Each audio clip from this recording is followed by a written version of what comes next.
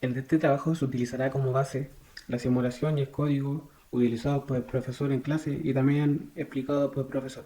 Entonces lo primero que se define es la ganancia proporcional, la acción derivativa y la acción integral, como se ve acá. Estos valores corresponden a que se va a sintonizar de forma empírica, entonces tenemos que hacer que estos partan en cero. El TS va a ser el tiempo de muestreo que está dado por el timer 1 y cada este tiempo se desborda el timer 1 y ese va a ser la frecuencia de muestreo de nuestro microcontrolador. También tenemos el TT que va a ser el tiempo del backcalc. Luego se definen como flotante el setpoint, la variable de proceso y la derivada y también el error integral, pero estos dos últimos van a ser arreglos de dos datos. También se define como flotante el PID saturado, el output PWM y el backcalc. Entonces cada vez que aquí se active la interrupción por el timer 1 se va a desarrollar todo lo que está en su void. Lo que se va a desarrollar en este caso va a ser la lectura del canal análogo 1, que es la de variable de proceso, en la variable que se llama variable de proceso, se va a escalar de tal forma que cuando este sea 800 alcance el valor máximo del canal análogo. Luego se establece que el error 1 sea igual al error 0 y el error 0 sea igual al set point menos la variable de proceso. De esta forma se calcula el error. ¿Por qué se hace de esta forma? Se hace para que en el siguiente ciclo del microcontrolador el error 1 va a tener un dato guardado que va a corresponder al dato anterior. Y en el siguiente ciclo, el error 0 va a tener un nuevo dato. De esta forma, vamos a tener en el error 1 el dato antiguo y en el error 0 el dato actual. Esto se va a realizar tanto para la derivada para el integral que se ve más abajo. Entonces luego se calcula la derivada del error, que va a ser el error actual menos el error anterior, dividido por el TS. El TS, como vimos, va a ser el tiempo de muestreo dado por el timer 1. Luego, el integral, vamos a tener que el integral 1 va a ser igual al integral 0, la integral actual va a ser igual a la integral anterior, más el TS por el error actual, más el backcalc. Y con todo esto calculado, se puede calcular la fórmula general del PID, que es la que se puede ver acá. Luego, a la salida del PID se va a hacer una saturación. Cada vez que, de tal forma que cuando el PID quiera superar o supere un valor de 48 volts, esta se mantenga fija en 48 y también cuando el PID quiera bajar de 0 volts, se mantenga en 0 volts. Y tenemos que la variable de PID saturado va a ser igual a PID. Si es que no se cumple en ninguno de estos casos, es decir, cuando el valor del PID esté entre 48 y 0 volts. Luego se define el backcalc que se ocupó más arriba. Se pone en esta parte porque es lo que vimos según el diagrama. Para que haga efecto se debe ocupar acá. La definición de Pascal va a ser la diferencia del PID saturado menos el PID dividido por el TT. El TT es del anti-wind-up del Pascal, como vimos acá arriba, que son 2 segundos, es el tiempo que se demora en se demora el Pascal. Luego se configura el PWM, se hace que se, hace- se ocupa el valor del PID saturado y se hace un escalamiento de tal forma que cuando el PID saturado alcance 48 volts, el PWM alcance su valor máximo. Y luego se lleva este valor al módulo del PWM y se transforma a entero. Bueno, se transforma a entero y luego se lleva el valor al módulo de PWM. Luego se definen los pines del LCD como se puede ver acá y se incluye su librería. En el bot main se comienza a configurar los canales análogos, qué canales análogos queremos ocupar, con qué clock van a funcionar. También el timer 1 y el timer 2, en este caso el timer 1 va a ser de 52,4 milisegundos y este se va a ocupar como frecuencia de muestreo para el microcontrolador. Luego viene el módulo CCP1, que va a ser del PWM, que se ocupará para la salida. Luego se configura el PWM1 al 50% de su valor para empezar.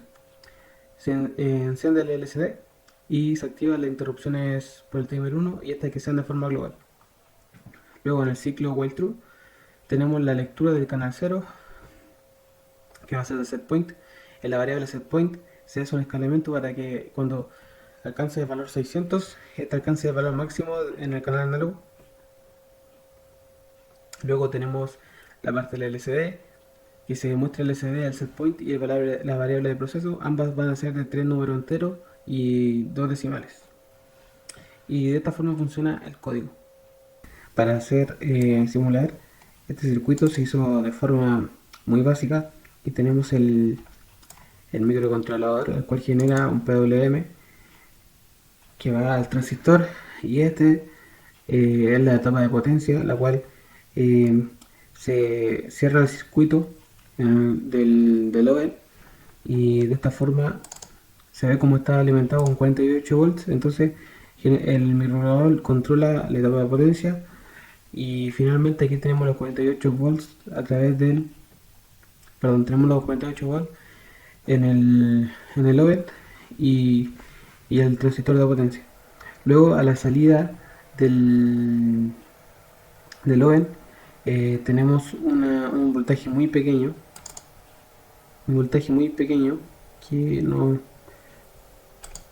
necesita el coeficiente de voltaje por grado, que es demasiado pequeño. Y entonces lo que se hizo fue ocupar un amplificador operacional, y de tal forma que pudiéramos ocupar el voltaje en el microcontrolador y ocuparlo como referencia de la variable de proceso. Luego tenemos esto que son los cristales para el cristal, perdón, para la frecuencia del microcontrolador, y este es el divisor de tensión que se forma a través de un potenciómetro para ingresar el setpoint al microcontrolador. Entonces, esta es la respuesta a, estos valores, los cuales no se le ha ingresado nada. Entonces vamos a poner una ganancia proporcional de 1, vamos a compilar esto y vamos a simularlo en el Proteus, y entonces vamos a ir haciendo cortes para esperar todo el tiempo que se demora. Entonces, ya con la gráfica estabilizada, se ve como con un setpoint de 300. Se vio en el display recién que alcanzaba un valor de 280 aproximadamente después de 17 segundos. Entonces aquí, en el momento de los 17 segundos, la señal ya está estabilizada, y vemos cómo alcanza un valor de 280 aproximadamente según la gráfica.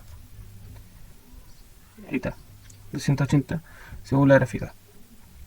Y vemos que la señal ya se había estabilizado en el tiempo que habíamos visto. Entonces ahora vamos a añadir la acción integral. Acá en el código ya se añadió, y ahora lo compilamos y vamos a actualizar la gráfica de Proteus. Finalmente, después de varias pruebas, se obtuvo esta curva, y ahora se van a mostrar los valores que se pusieron en el microcontrolador. Entonces la ganancia proporcional se redujo a 0,9, estaba en 1. El TI se aumentó, creo que lo tenía en 10 o en 5 por ahí, y finalmente, después de hartas pruebas, con 30 quedó de forma correcta, y el TD se aumentó a un 0,4. De esta forma pude obtener esta gráfica,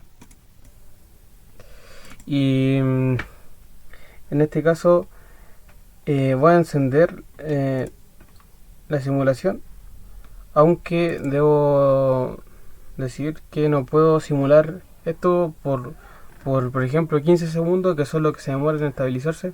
No puedo mostrarlo por la pantalla porque el Proteus, más o menos cuando llega a entre 6 y 10 segundos, me para la simulación. No sé si tengo un tiempo límite o algo así, pero no puedo hacerlo. Entonces lo máximo que le puedo mostrar va a ser el gráfico con distintas setpoints. Que por ejemplo, ahora llevo un segundo recién, como se ve acá abajo, y es el valor que está ahí. Cuando llego a 6 segundos, un poco más de eso, lo he intentado varias veces, el Proteo no puede simular. Entonces le va a presentar los gráficos con distintos set points y va a quedar a su criterio eso. Yo espero que se pueda ver, pero no puedo asegurarle que es un 1% porque no tenemos valor exacto acá. Entonces, bueno, el set point está a la mitad y esos son 300 grados y tenemos la tabla esta. Perdón, tenemos la tabla y vemos que aquí la línea de 300 se estabiliza finalmente y le puedo hacer un poco más de zoom, pero ya no alcanzo a ver los bordes detallados. Bueno, eso fue lo que voy a mostrar. Ahora voy a cambiar el set point y voy a simular la gráfica de nuevo. Luego con un set point del 75%, como se ve acá, la gráfica es esta. El valor deseado debe ser 450 y objetivamente está sobre ese valor.